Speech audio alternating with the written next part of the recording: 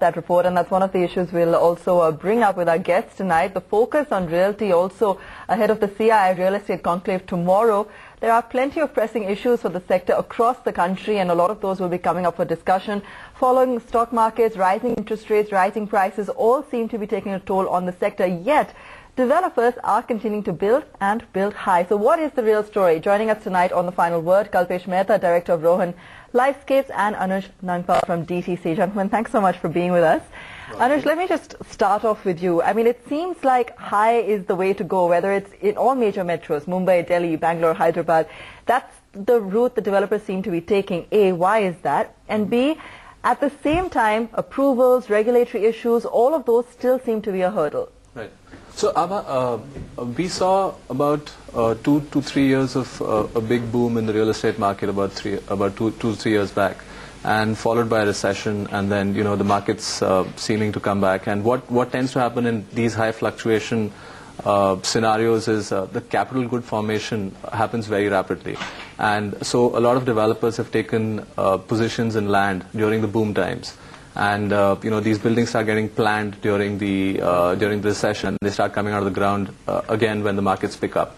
So that's conceptually what happened. And as the world grows in confidence in these developing countries, you start seeing these iconic structures come out. The other thing that's happened is we see a lot of supply being planned, and most developers trying to differentiate their supply from the remaining supply do need to go in for so-called iconic structures, which tend to be high and tall.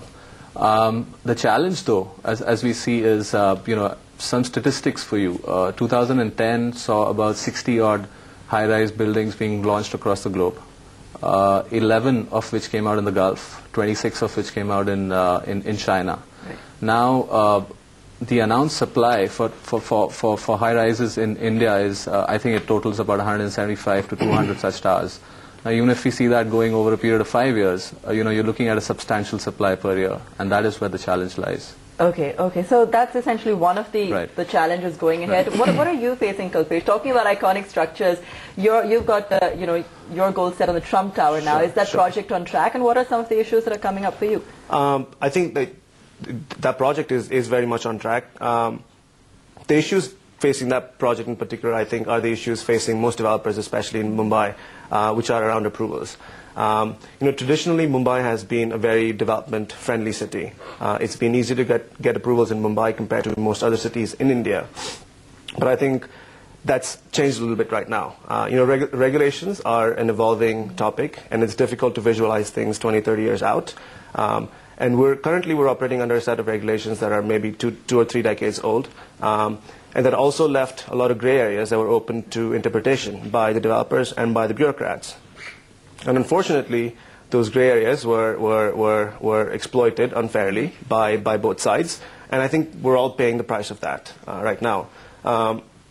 We have a new chief minister in Maharashtra, and we have a new municipal commissioner in Mumbai, both of who are very, very sensitive to the issues of graft. And I think that's what's going on in India overall. I think it's scandal season in India. The entire bureaucracy is a bit paralyzed. But I think it's a good thing. Most societies, most developed societies have gone through periods of excessive corruption followed by periods of purges. And I hope that this is the period of great purge for India. But coming back to Mumbai, I think we're looking forward to a new and evolved set of regulations that address some of the holes in the previous code, but that also take into account the growth imperative for a city like Mumbai, which is to grow more and to grow taller, and we're looking forward to that. Kalpesh, the big question, and we referred to this earlier in our discussion, was based on the CRISIL report. For a company like yours, does it make sense, or do you find the profit in smaller towns, perhaps around Mumbai area, in Maharashtra? Do you expect better margins and better returns out of those areas? We're a bit of an anomaly for the real estate sector. We're focused only on Mumbai, and we're focused on what's known as the redevelopment niche. We take over old rent-controlled properties and negotiate, settle the tenants, bring the old buildings down and build new ones. So for us, the biggest profit margins lie in Bombay. I think there's enough business to be had in Bombay, and I personally don't see for the next 4 to 5 years us venturing out anywhere beyond Mumbai. So yeah. Right. So let me put this question to Anuj then. How do you see the big margins and the big business coming out of city of Mumbai where redevelopment is happening, what Kalpesh was referring to, or do you think that the new growth areas could come in from outside Mumbai? Well, Pranjal, to be honest, there is growth all across the country. Just the sheer growth in the economy, in the way capital is being formed in this country, will provide opportunities in smaller towns as well as larger towns like Mumbai. Mumbai traditionally has been a very high margin market for most developers. As long as the approvals keep coming through, I think there will be a little bit of sustainability in doing these projects over a period of time, as well as planning becomes much easier. However, the advantage that most of the smaller towns offer is firstly, most of these towns have not as yet seen consolidated developments which are large gated communities with the proper infrastructure, and that along with the fact that most developers took their positions there when land prices were very affordable. Given that context and the high growth that some of these semi-large to the smaller towns are witnessing right now, even on the industrial because of the industrial growth, right. I think that offers a huge opportunity for developers as well.